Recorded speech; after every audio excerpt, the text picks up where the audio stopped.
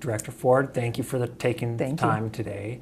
Talk to me a little bit about your goals and priorities when it comes to multimodal choices here in the city, specifically this year. I know that it was one of the mayor's 2025 goals. Absolutely it is.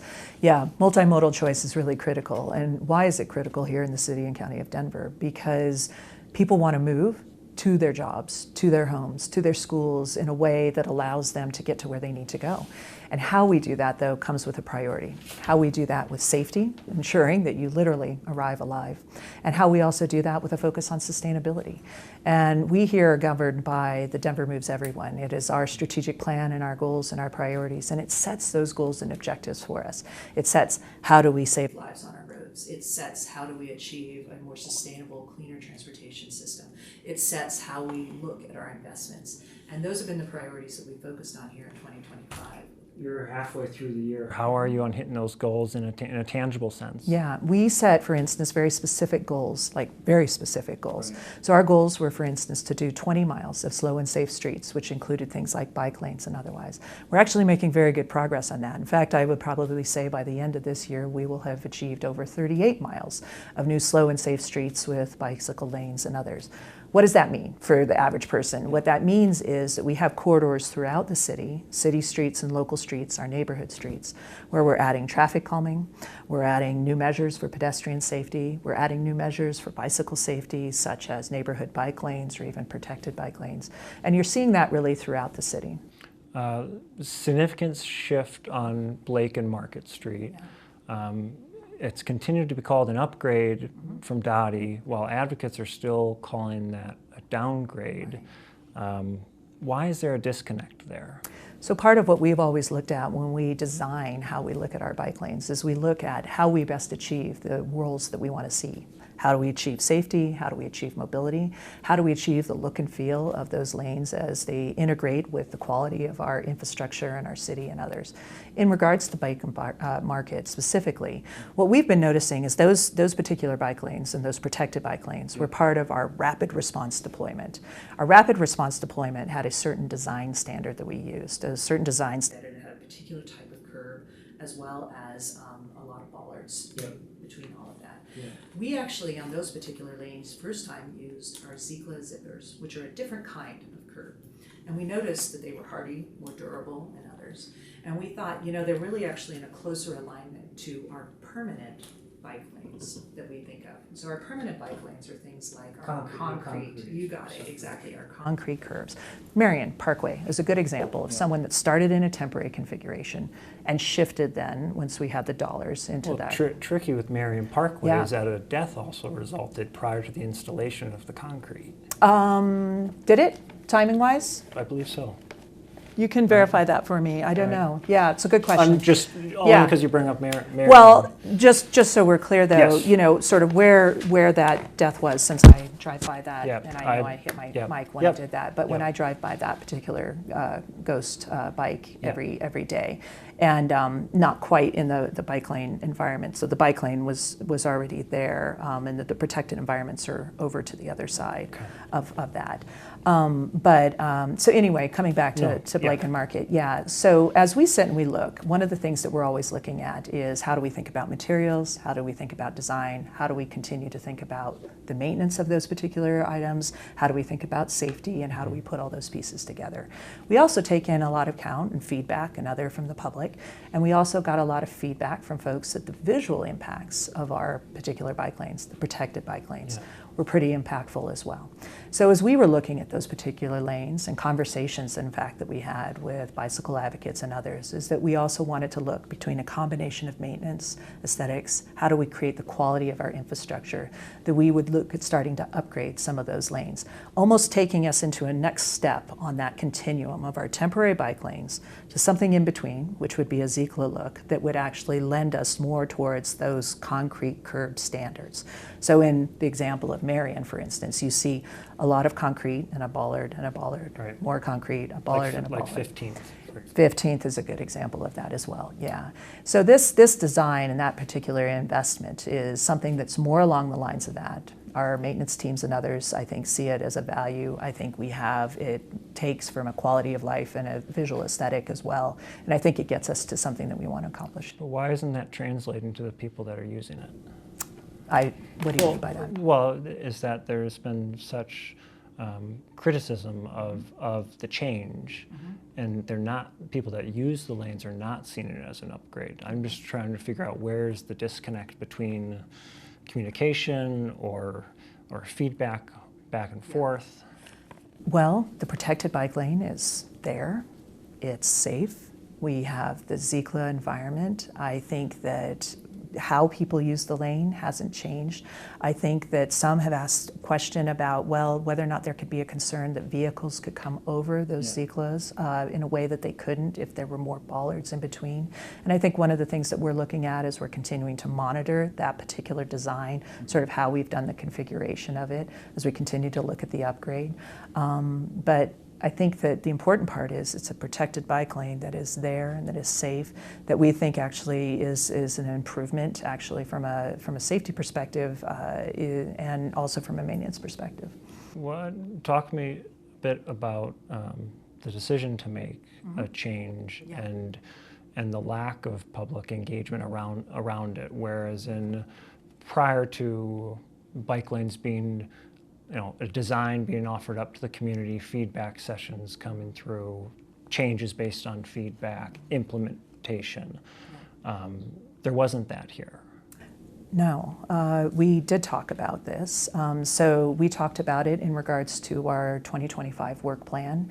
We identified that how we look at context-sensitive design and how we think about the implementation, especially in our areas like bike lanes, was something that we were going to be focusing on.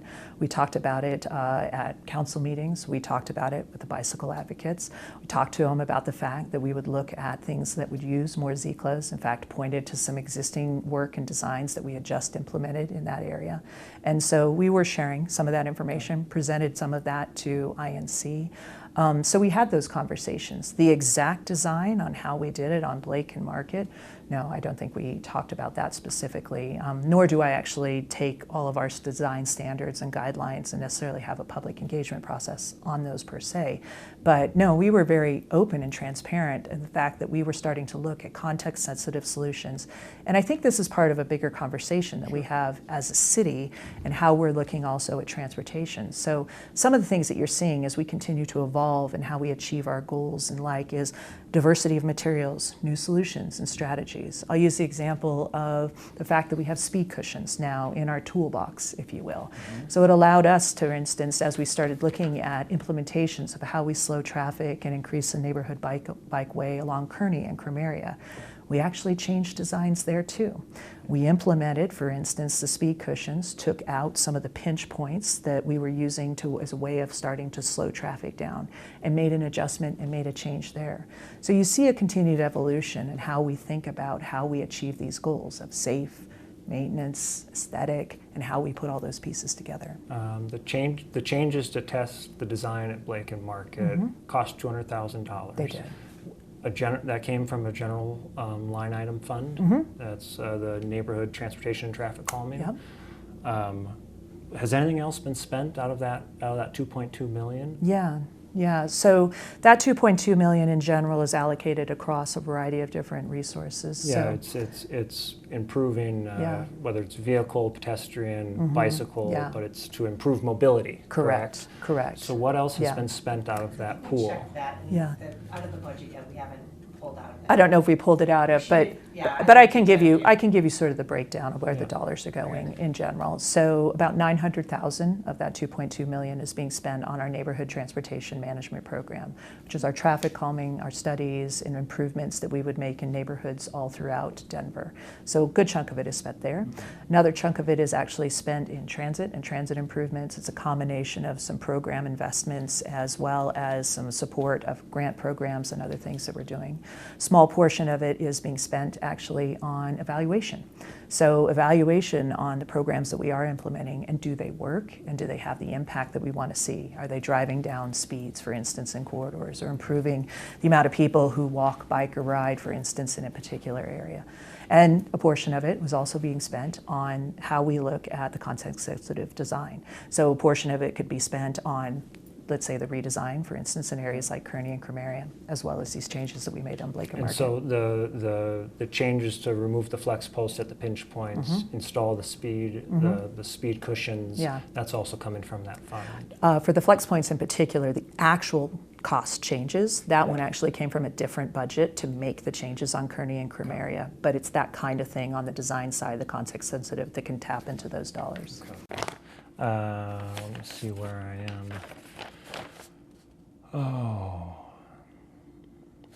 Do you anticipate any of that general fund line item going back towards the budget shortfall that you're facing? Oh, like it would be returned? Well, as the city tries to make up that $200 million budget shortfall, is any of that neighborhood transportation and traffic calming? No, that will all go. It will continue to be moving, and it will continue to be spent in this year. And for that specific line item, is there any other line items that go towards bike infrastructure outside of that? With the neighborhood traffic management program, that NTMP, and I know that's such a nuance there, but yes, the improvements that are going to be made, I'd have to go back and look at what plans in the neighborhoods we're doing, but pedestrian improvements, I think some bicycle lane improvements, as well as traffic calming measures in these different neighborhoods. You gave two main reasons to test the design. Yeah. The aesthetics and the maintenance. Yep. What do people not like about the look of a bollard? I think that when you start seeing, there's a couple of things that we've certainly heard for folks with bollards. Number one, they have a lot of visual clutter on our streets. They make it difficult to see in, to see out, to across, and others. It's not always a design standard that's used elsewhere around others, so we happen to have a lot in them in our temporary design. And so you look at other places, Edgewater, example, they have a much more spaced kind of environment. So I think we were constantly looking about how we continue to grow and evolve that. And so, and then from a maintenance perspective, and this also adds to, I'm going to call sort of a well-maintained infrastructure. It's something that gathers dirt, gathers a lot, gets knocked over frequently, that kind of stuff. And so I think sort of the general look and feel when you see that is something that people have responded to and commented about. It's only been two years since this lane was installed. Why weren't these aesthetic conversations happening prior to in that initial design? I think in the initial designs, this was part of our rapid response. With the previous administration and others, we had a goal of deploying over 150 miles of bike lanes throughout the city. And so the goal was to move in, do it fast, do it as quickly and cost efficiently as you possibly could. And those particular materials and how they fit into the design fit all of those standards so they could move out very quickly.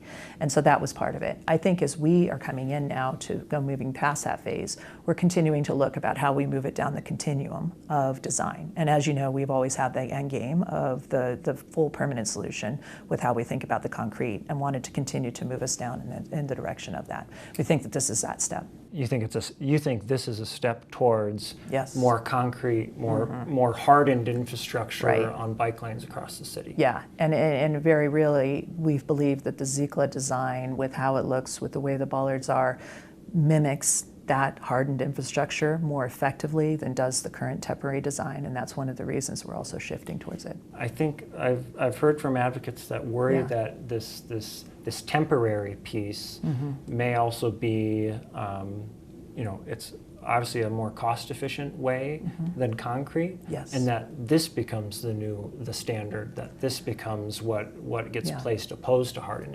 infrastructure. We would hope not, no. I mean, our goal is always to take these protected bike lane environments and to be able to invest such that we get to hardened infrastructure like concrete. And so yes. And in the meantime, how can we look and sort of transition those environments that we can? And so that's why we're looking at. And also then, as we continue to build out and as we continue to be thinking about things like protected bike lanes, we're actually looking at spending a little bit more in this environment related to this particular infrastructure now, so that we are putting that into place now as opposed to the more temporary type infrastructure that we've had in place. Just make sure I understand correctly, you're looking at future years to be investing more. So if I have a future protected bike lane coming in the future, you will see it pulling from this design as opposed to the previous temporary design. When did you decide that the look of the bollards and the aesthetic of the bike lanes needed a change, and that this was the opportunity to do so. Yeah, I think it's been a conversation that's been happening for some time. I think if you talk with the community, I think if you talk with a variety of folks, it's certainly been a topic of conversation. And I think that we see this as an opportunity, and we see it as an opportunity in our investments to be able to move forward move forward with concept-sensitive solutions across the city and how we think about our transportation programs, how we think about our projects, how we think about the impacts we have to the community, how we think about the design of what we are doing, how we think about the aesthetics of what we're doing, how we think about the maintenance, creating that holistic environment. And it's a change in others that I've asked the team to consider as we continue to look through. And so, yes, that's part of what we've been thinking about if we progress. I was at the open house for the South Irving Street protected bike lane that was going to be coming in. Yeah. I heard a lot about new designs, a lot about speed cushions, and how that's something that a tool that you guys have that you hadn't been able to use before. Right. But I didn't hear anything about the aesthetics of bollards. I didn't hear anything about the maintenance that comes down. Was this being intentionally kept from the public and have public engagement on it, just similar to an open house? No. What? How do you determine that it still meets the safety standards? Good question. So ZCLAs obviously present very similarly to how we think about sort of the concrete curbs. And so how we think about these, the bollards are intentional in regards to visual identification so that vehicles know that there's a bicycle lane there. The bollards, as we all know, are not designed to stop a vehicle from coming in, right? Yeah, I don't think anyone that bikes would, yeah. would So say we that. Yeah. know that that's not there. But bollards are also then to create protection environments in certain areas. So for instance, at intersections, protections as people are crossing and others. So you'll see, for instance, in this kind of design, you'll see that we continue to use bollards and others as a way of doing that from a protection perspective. And along the other stretches, we continue to use them also as visual identification. Yeah, where from what I've seen, where a lane starts and ends, and then also at conflict points. Exactly. How are these two lanes chosen? There's more than 20 miles of protected bike lanes in the city. How are these 2 miles chosen? I think we were looking at a variety. Honestly, we were looking at lanes like Yale. We were looking at ones downtown. West Yale? Yale as you go in between essentially University to Colorado. So that one, if you want to call that. What would you call that? West Yale? Or East Yale. East Yale. You call it East Yale? Okay. So we were looking there, we were looking downtown, we were looking sort of across the city. And we wanted to start in a way, as we think about sort of the aesthetic and as the maintenance side, and especially where we were seeing some of the things and some of the damage. Our downtown ones were the ones that sort of rose to the occasion, if you will, for a variety of reasons because of some of the maintenance. And even though it's, mixed, the maintenance as well as the aesthetic, the clutter, sort of the narrowness of these corridors and how that all fits, how we think about the overall business district and the community district and the impacts of all of that together. So we put those together. Was this related to 16th Street reopening? Oh yeah, I think that when you put all those pieces together and you think about this downtown and you think about the look and the feel, you think about the maintenance, you think about the use in this particular corridor, when you put all those pieces together, yes, that was part of it. Why not, and when you're testing new design and new infrastructure, why not do it in a place that has less vehicle traffic, that there are less conflict points? I look at the last Dr. Cog traffic volume studies for Blake, and the most recent one has something like 14,000 cars a day. Yeah. Why not choose something with less than that? When you look at 13th and 14th that are still downtown, that are still near businesses, but also have a lot less volume of traffic that moves through. Well, again, I think when we sort of selected these to be able to be the first to do, we were looking at a combination of reasons. We were looking at a combination of the maintenance and the frequency. Again, we don't believe that this jeopardizes or changes anything in regards to safety or the utilization of the lane. An opportunity for us to think also about the aesthetic and how it fits within the downtown core, the visualization of what you see and what you look at with businesses and others and people who are using this corridor with multi-use. We felt like this was the right place to do it. I want to talk a bit about maintenance, the maintenance side of it, and how are we doing on time? I'm fine. I've got some extra time. Thank you. Yeah, I'm good. Take what you need. Yeah. So to reiterate, maintenance issues with the lanes, that the bollards, soft infrastructure, bollards, the curbs, the dusts, yeah, that kind of thing. How many bollards are on the previous design? Oh, I couldn't tell you. I'd have to get that information. Yeah. I can't remember it, but yeah, if you have the number, if you want me to say it on camera. Is it a long process to replace one? To replace a bollard? Correct. Oh, good question. I don't know. I'd have to check in with our team to see what it is, but you typically deploy at least 2 personnel to go out and to do the replacement.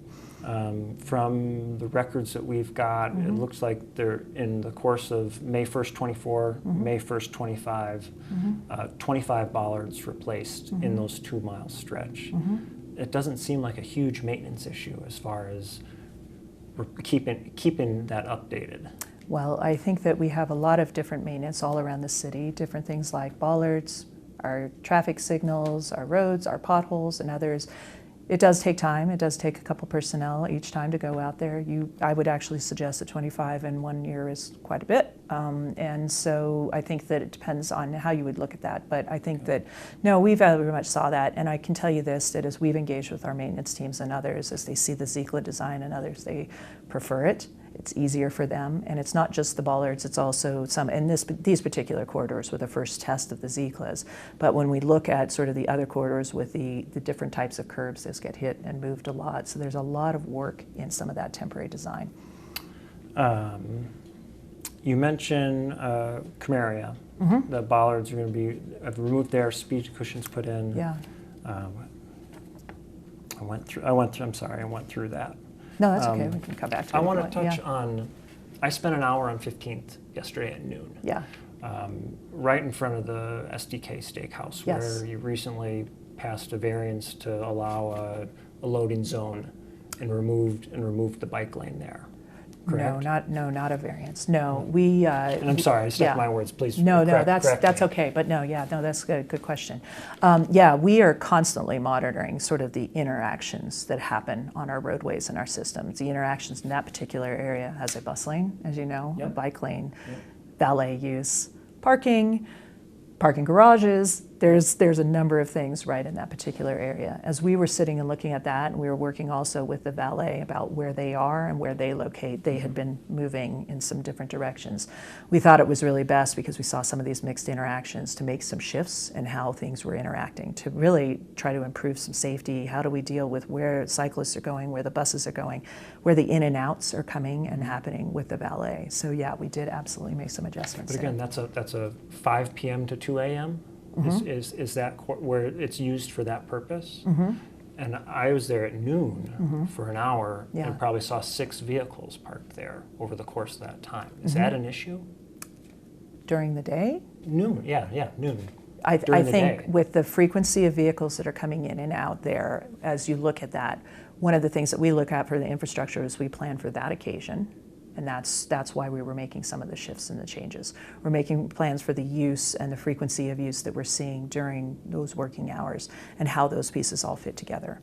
It's similar to discussions that we're having also with the performing arts and how we think about the interactions and the intersections that are happening there right in front of the Performing Arts Center, which are a lot, as you can imagine, for drop-offs and pickups and pedestrians and cyclists and others, all of whom are coming in right into that space right around Curtis.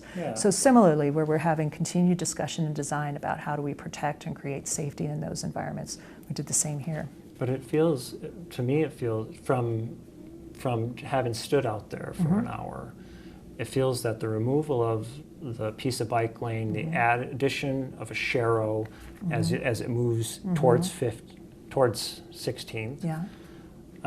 There's a no parking sign on one side towards the bike lane, and then there's a passenger loading from 5 p.m. to 2 a.m. Right.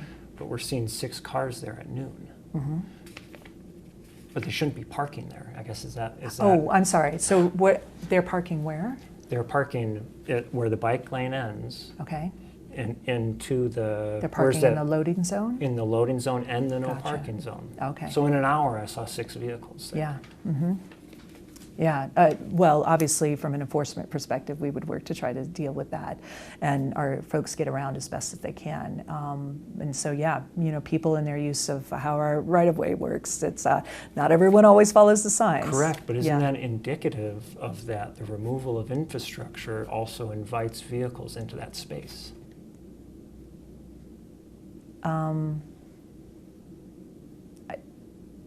I think. I guess I'm trying to understand what you're asking. So the bike lane portion of it, the bollards were just a few. They were shifted. Yeah. There was already a loading zone in that space there, so it extended that. So it extended that, right? Yeah. So there was more space without those. You extend the space for vehicles to be there from 5 to 2 a.m. Okay. Right? Mm-hmm. And so the removal of that of that infrastructure, isn't that indicative of creating a space where cars can go, they tend to? Perhaps they were probably already doing that, given that there were loading zones there already. I don't think necessarily that our removing that particular infrastructure, simply shifting it around, change the behavioral pieces of what people are choosing to do, where they're choosing to go into a loading zone where they're not permitted. Yeah, I'm just trying to make sure you feel on the same page that I communicated that. Yeah.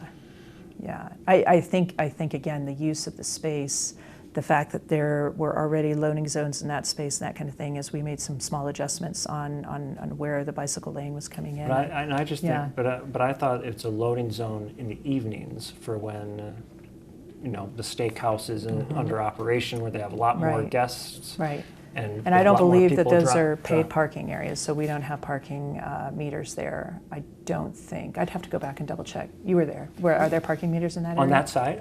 They're on the opposite side. Yeah, exactly. But they're not in this particular area. It's just a loading zone. The bike lane ends. Yeah. It turns to a sharrow. There's a no parking sign on one side of the steakhouse. Yeah. At the post, it then has a passenger loading zone to the northeast, I guess, from 5 to 2 a.m. But outside of that 5 to 2 a.m. window, people aren't supposed to be parking there. Gotcha. I might need to change my signage.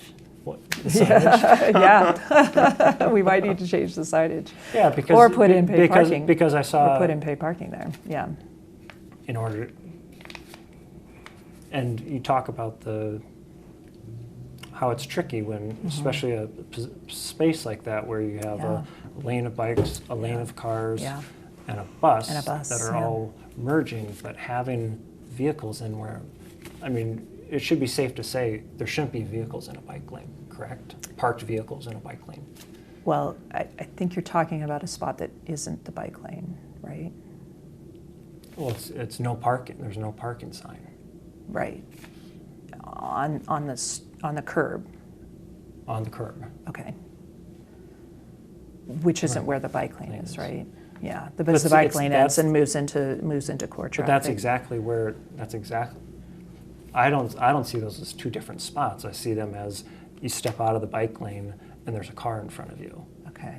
At least that's what I witnessed yesterday. That's what I have video of. It was difficult even to shoot the bike lane, to film the bike lane, because there are vehicles there. So as the bicycles move into the main lane of traffic and sort of in the loading zone area, which was there before, which cars may or may not have illegally parked in before. That's where vehicles are? That's what you're asking? That's where vehicles were? I don't know. I'd have to go back and double check it all with you. I think let's move on. Okay. I don't think you were necessarily getting anywhere. Yeah. How do you differentiate this administration's view as implementing multimodal infrastructure versus the previous administrations? I think we're just as committed to it. And I think we are committed to our priority goals of Denver Moves Everyone and how we improve safety, how we improve multimodal access, how we create that. We have commitments in regards to mileage put in. We have commitments in regards to reducing fatalities on our roads. And in fact, I would say that we are just as engaged as we were before. I think that's everything I have. Okay.